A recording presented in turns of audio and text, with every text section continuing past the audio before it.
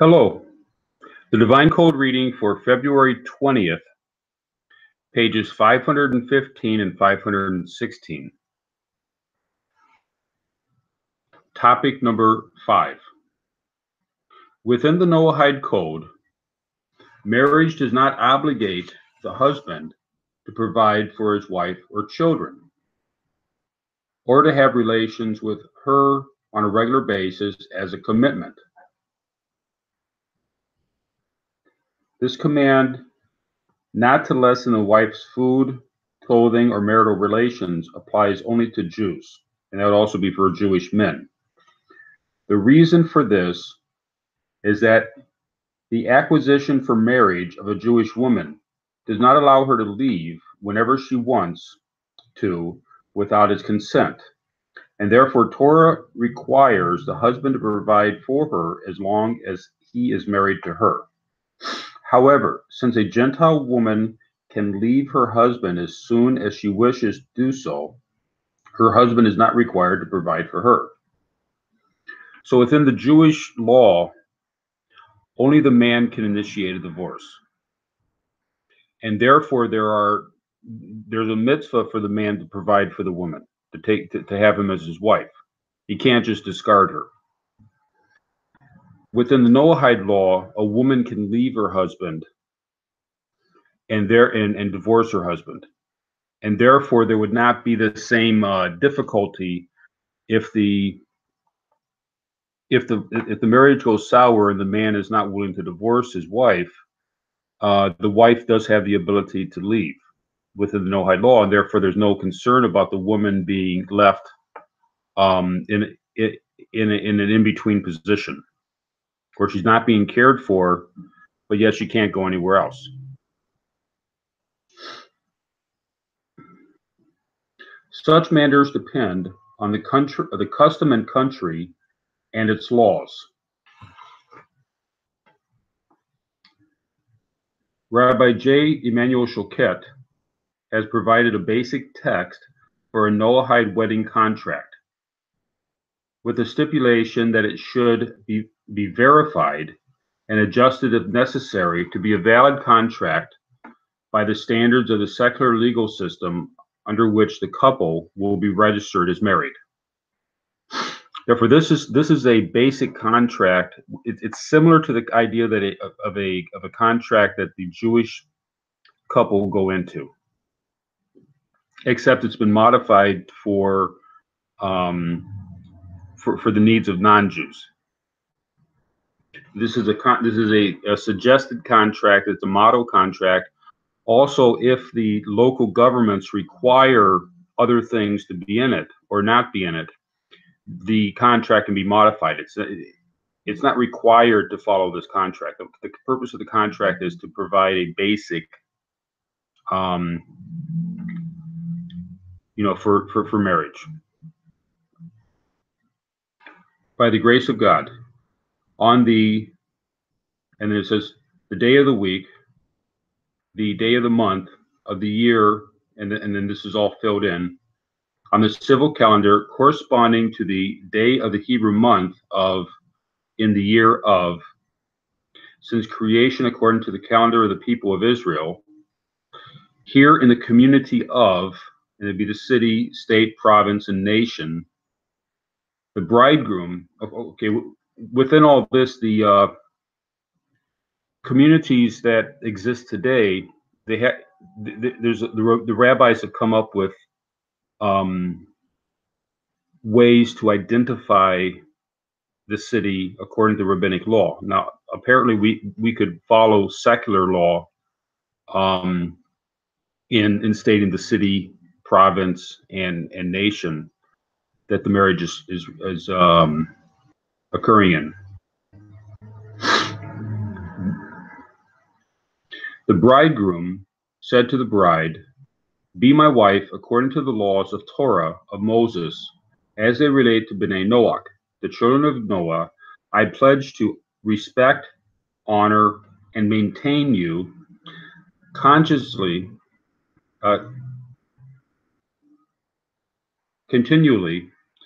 in the honorable fashion as becoming ethical and honorable people, and assuming all responsibilities incumbent upon a loving and faithful husband, living with you as husband and wife according to the universal custom, and providing you with all necessities of life.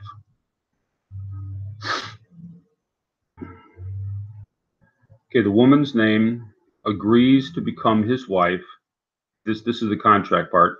Agrees to become his wife and pledges to honor and respect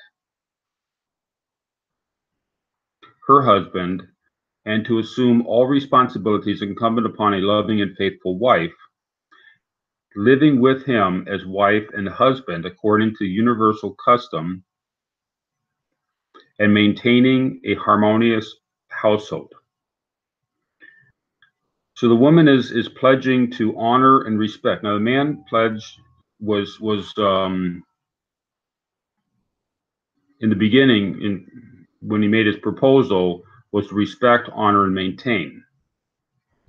And she is honor, respect, and assuming all responsibilities. And the husband also assumed all responsibilities. So what's missing here is the maintaining. The man, according to this contract, does have the responsibility, is taking on the responsibility. He doesn't have a biblical, well, it's a intellectual obligation to maintain the wife, to financially take care of the household. And the woman, according to biblical understanding, does not have the intellectual obligation in this regard. And all responsibilities incumbent upon a loving and faithful wife, according to, including loving and faithful wife, living with him as wife and husband, according to universal custom, and maintaining harmonious household. And then the man's name, our bridegroom, made this declaration: I accept upon myself all moral, emotional, and financial obligations. So the respect, honor is moral and emotional, and the maintenance is considered financial obligations of this marriage contract. I also accept upon myself to provide all necessaries of life for any children God may bless us with, at least until their age of secular majority and marriage. I declare and affirm that all my present and future properties and possessions shall be liable to these undertakings during my lifetime and after my lifetime, from this day and forever, as may be deemed by a Beit Din of Orthodox rabbis, all consistent with the Torah laws for B'nai Noach. So according to this marriage contract, there is a financial obligation that's consistent with the Torah laws for B'nai Noach. Now, there isn't actually what it is, he's taking it on. He's taking on the financial obligation, and that is consistent. The financial obligation is consistent with the Torah laws for B'nai Noach, and the Orthodox rabbis will read the contract and will understand it to be that way. The obligations of this marriage contract were accepted by and then the man's name and our bridegroom and the woman's name, according to the strictest usage of all marriage contracts, according to the prevailing civil laws and social norms. A binding acceptance of this contract by the man's name, the bridegroom, and the woman's name, his bride, regarding everything written and stated above, is by both by affixing their signatures to the document before the affirming witnesses. So the groom signs it, the bride signs it, and Rabbi Shoket also would have two witnesses signing it. And that's just to help out with see, some of this stuff is not really, It's a good idea to have two witnesses sign it. In a Jewish contract, a Jewish marriage contract would have 10 witnesses. And the 10 witnesses make the marriage. It does not exist without the 10 witnesses. Here, the witnesses are affirming the contract. They're not making the contract. They're affirming the contract, and therefore the two witnesses would be sufficient. If it needed to go into the Beit Din for financial reasons, it's a good idea to have the two witnesses sign.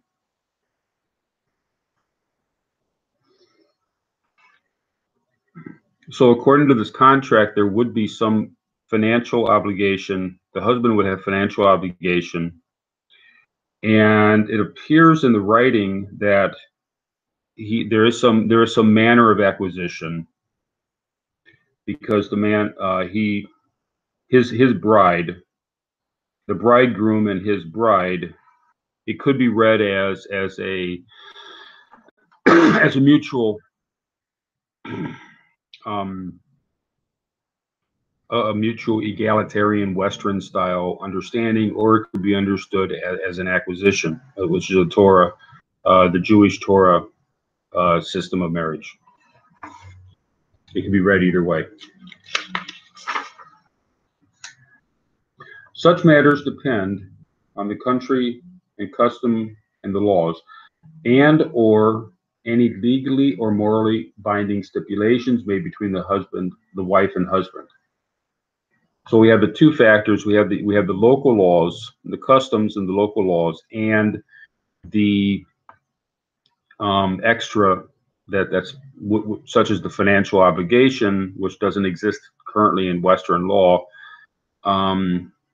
Or the way things are today, it's more egalitarian, but that would be morally binding stipulations between the two. Topic number 6. A woman who is forced against her consent to live with a man is not considered married.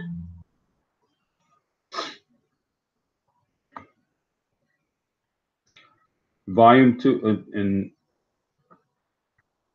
Volume 2, Part 7b, and this is the parts on the laws of theft and kidnapping. Chapter 9 will deal with the precepts against kidnapping any person. So if the woman is kidnapped and she's being forced to live with a man, that's not considered a proper marriage. The command.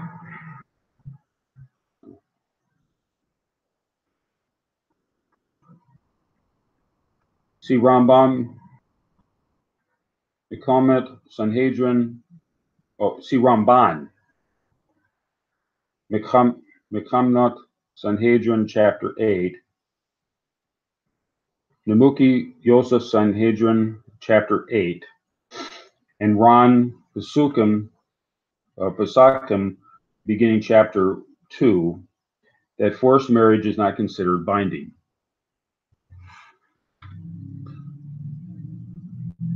And if another man cohabited with her, both are exempt from liability. It appears that even if the woman is married by her consent and then wants to separate from the man, but he is forcing her to stay with him and not letting her leave, then she is not considered fully married. Thus, if another man cohabited with her in the situation, both of them are not liable for the sin of adultery. So if the woman wished to leave her husband, if she's either kidnapped and forced to live with a man, or she's married and wishes to leave her husband, but he does not release her due to the country's laws. If she's in a country where they do not allow a woman to divorce the husband, or makes it difficult, or something involved where the man does not allow the woman to leave him, that's no longer considered a full marriage. And if she cohabited with another man, that would not be under the Torah prohibition of adultery, according to the Torah law for non-Jews. Now, it would be for Jews, that's a different situation. But for non-Jews, she would not be considered married or fully married. Topic number 7. A Gentile man is permitted within Torah law to marry off his daughter as a minor to any allowed partner who is fitting in his eyes, and this was explained in chapter 3, and it is thus fitting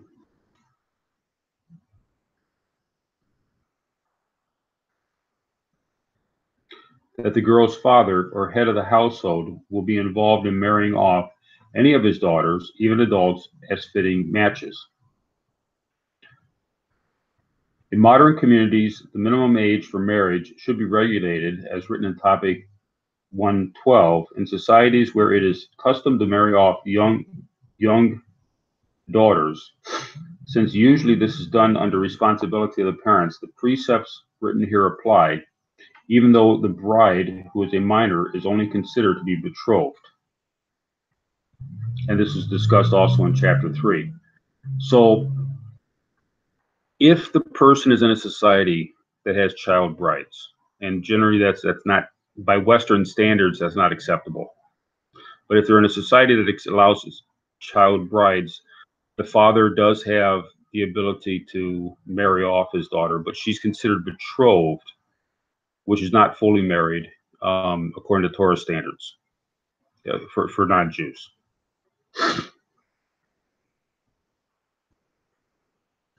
And it's recommended here that the society makes a minimum age for marriage.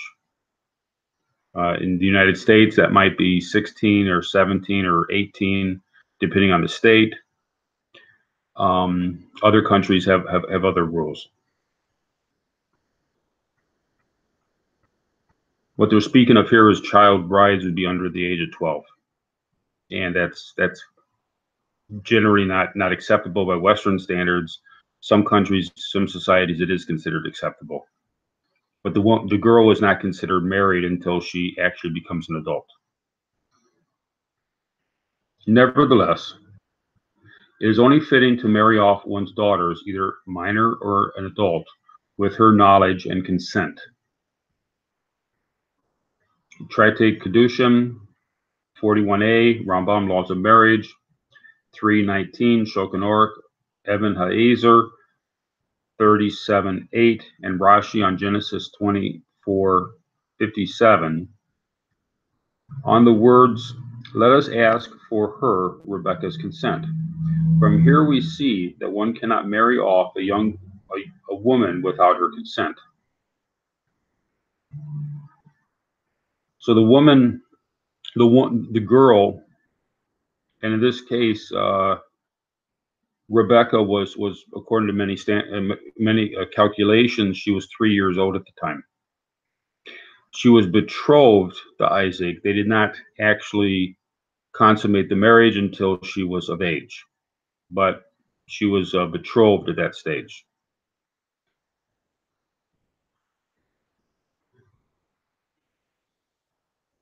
And that was done by her, with her consent, to the extent that a 3-year-old can give consent.